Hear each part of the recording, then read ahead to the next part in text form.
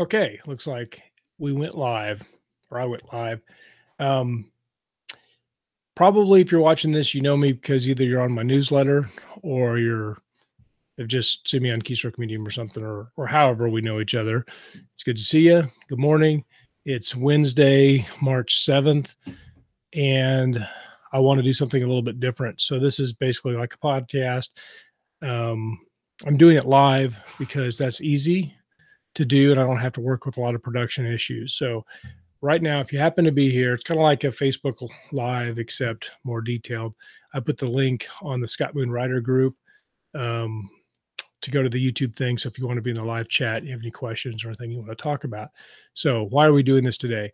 Basically, I get up every morning. Part of my ritual, first I write for a couple hours, and then it's time for kids to go to school, dog to go out, and I take the dog out. We have a small dog. I love Mavis a lot. She's just a wonderful little creature, not great with the potty training. So whenever she has a mistake, it's usually my mistakes. I haven't taken her out enough or on her schedule. So we go out, we do our early morning walk, and it's of course cold and windy in Kansas. And I used to take my phone with me and listen to audiobooks or podcasts or check my Facebook or something while I'm walking, but I've stopped doing that. And the reason is it's kind of a good time to think and kind of clear your head, get some quiet time. And so what I'm thinking about this morning is my newsletter. It's really important for business people in general, and especially writers or artists, to have a newsletter so that I can contact. If you're watching this and you're one of my fans, I want to contact you, my fan, directly rather than rely on Facebook or Amazon or whoever to do it.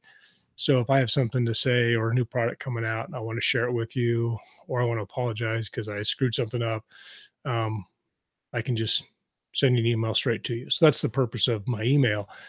But you also want to have value in content. I mean, why would anybody open my emails um, just to get me to say, yeah, well, I'm not publishing a book this month, but maybe next month or whatever.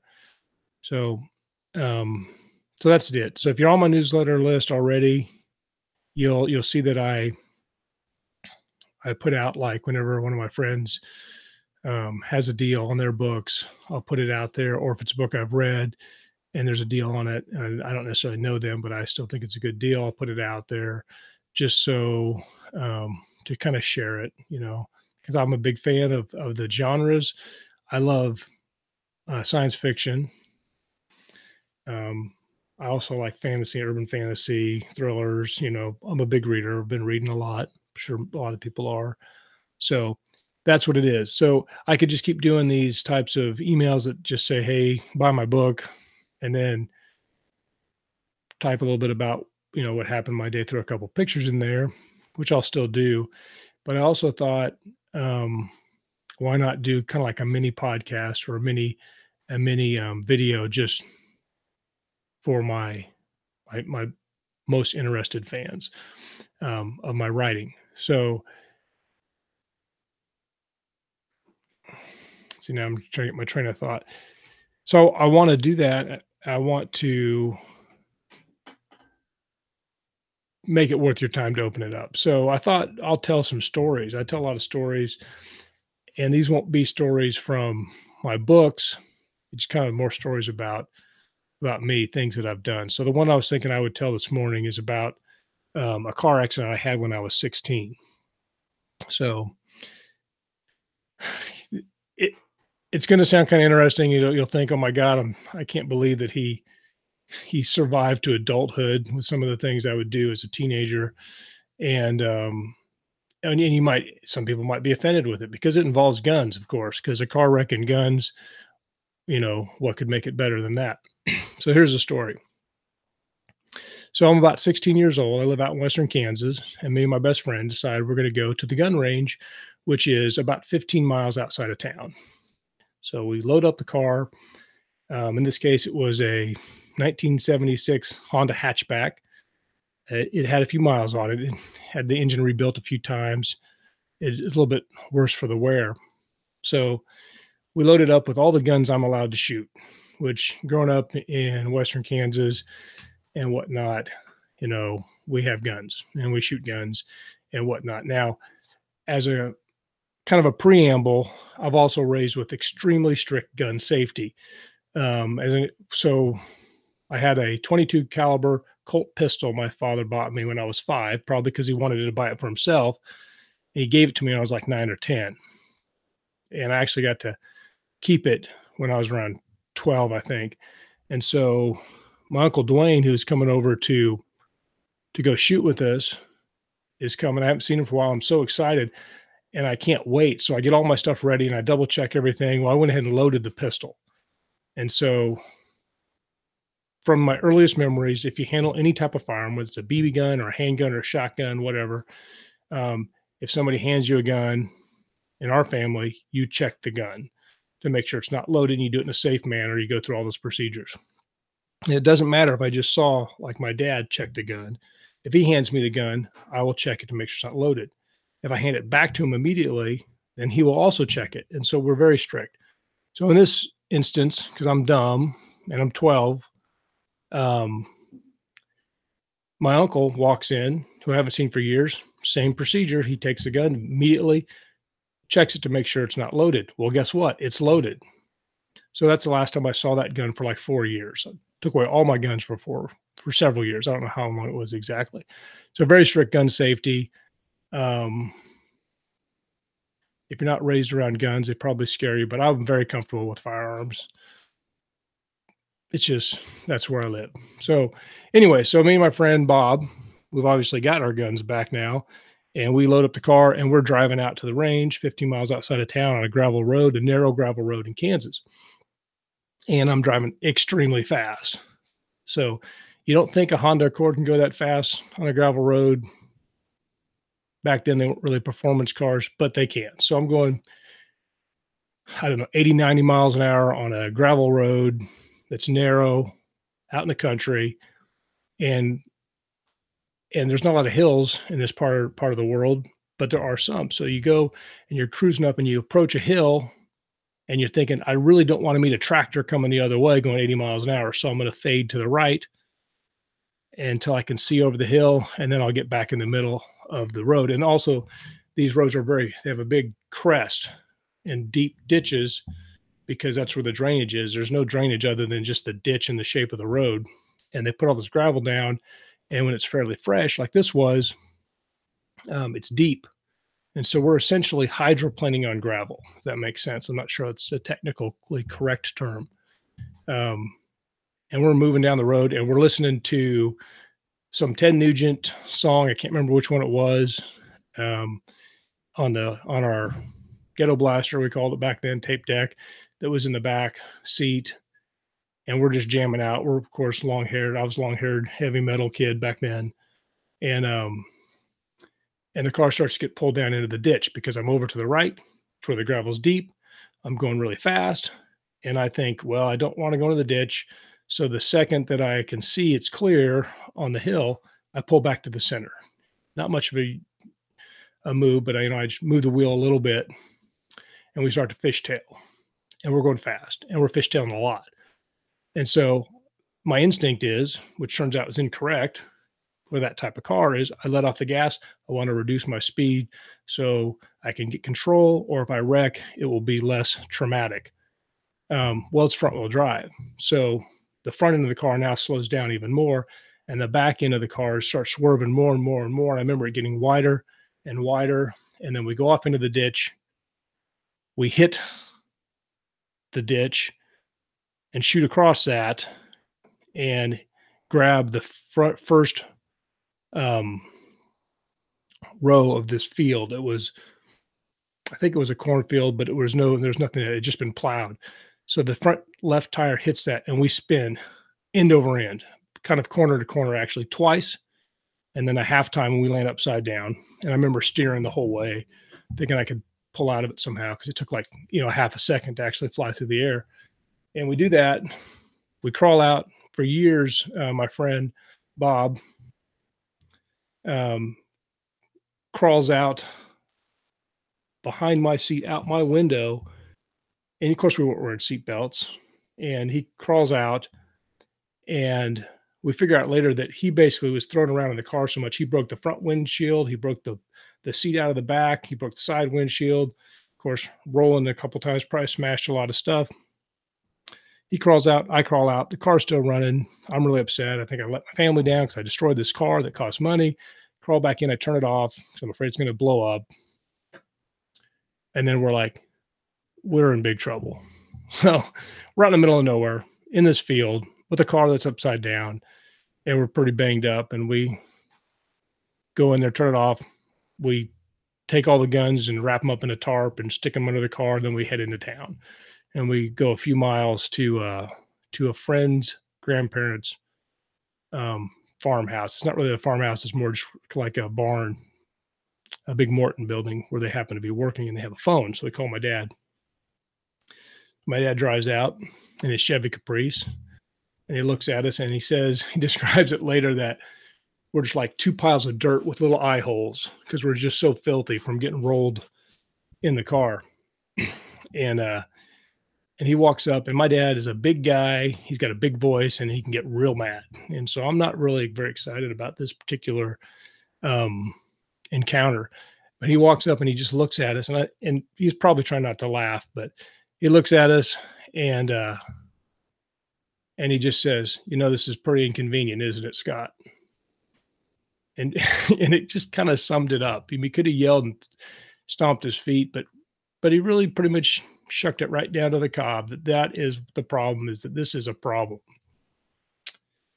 So we go over, long story short, on this part of it, at least we get the car flipped over. We borrow a tractor. We flip the car over.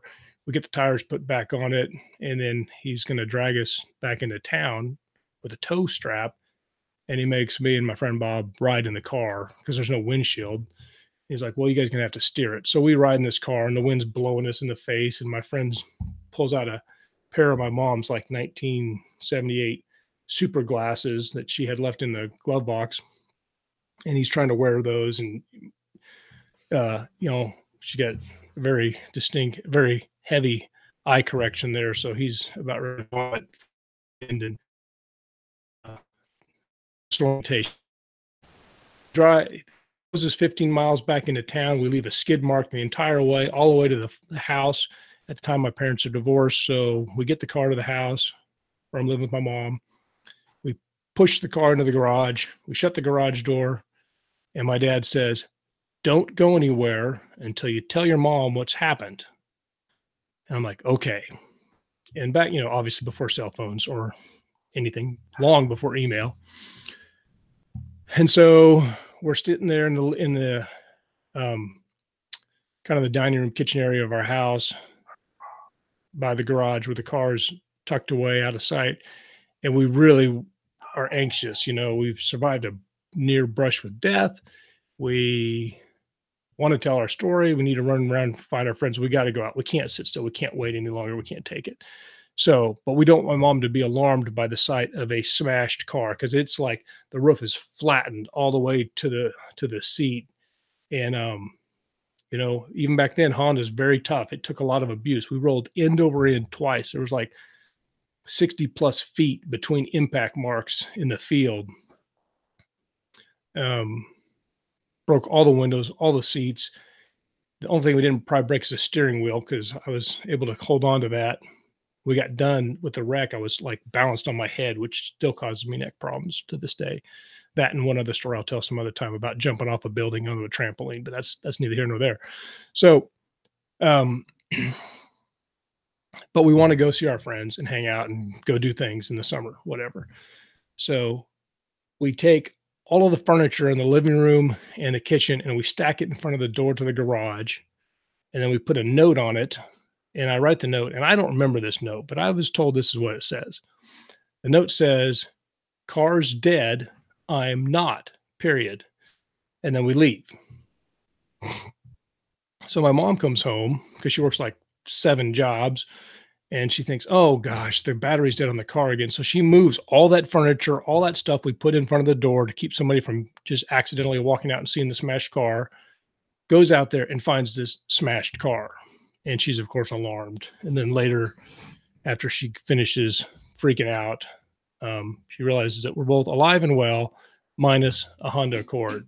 So that's a story. That's a story I tell a lot to friends and family.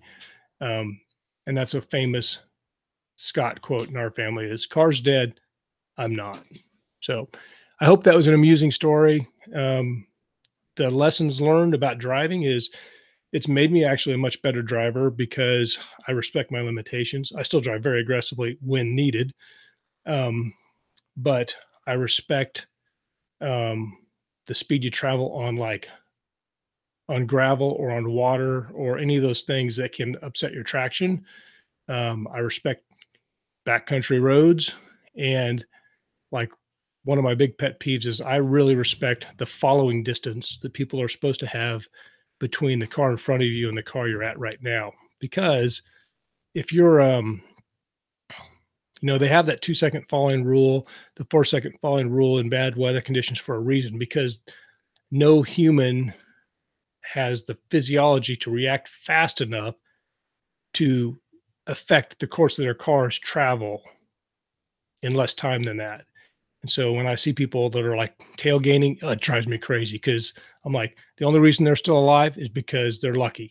Or maybe, maybe God just doesn't want them to die today because those people falling that close, they may think they're awesome drivers because they watch a lot of NASCAR or something, or play, you know, Gran Turismo on the PlayStation, or even maybe they're like me and they drive for a living and they get lots of practice, but nobody's that good. So if you want to do me a huge favor and you're not doing it already, try the 2 second following rule. Give the people in front of you a little more room so you can be safe and get where you're going. So with that said, that's all I have for my story time with Scott. I am going to put a link into a book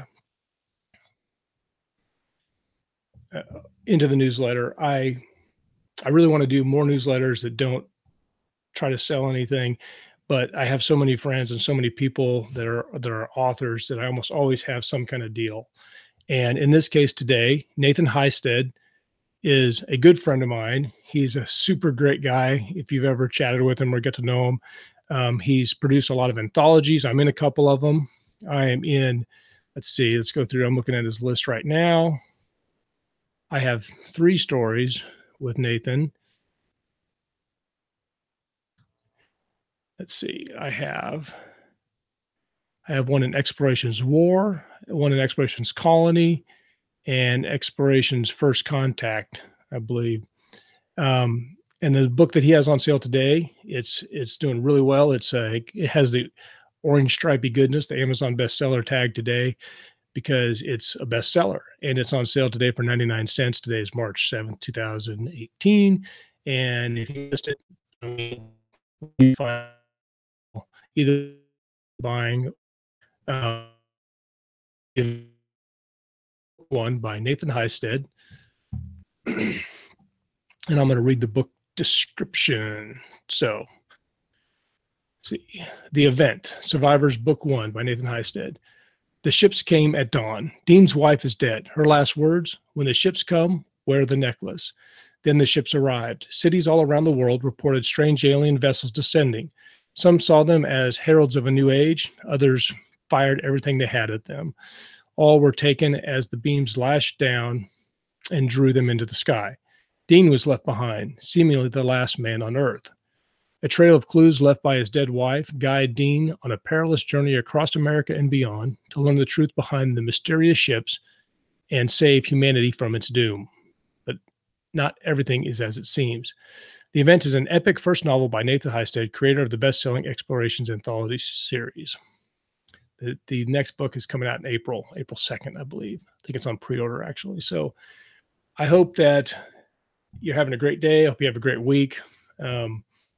This video is made for all of you there on my newsletter list, but obviously everybody's welcome. If you want to share it around, go for it. And if you want to talk about writing and stuff, come check us out on Keystroke Medium, keystrokemedium.com, where we do our interview show. We got a Facebook group, and I also have my Scott Moon group, which is my group for my writing stuff, because groups are more visible than pages. Pages, you have to pay for people to see what you post, which seems like not a really nice thing to do as far as trying to hang out and just relax. So, all right, that's it. Thanks. Have a great day. Take care. Drive careful. See you next time on Story Time with Scott or whatever we call the next episode.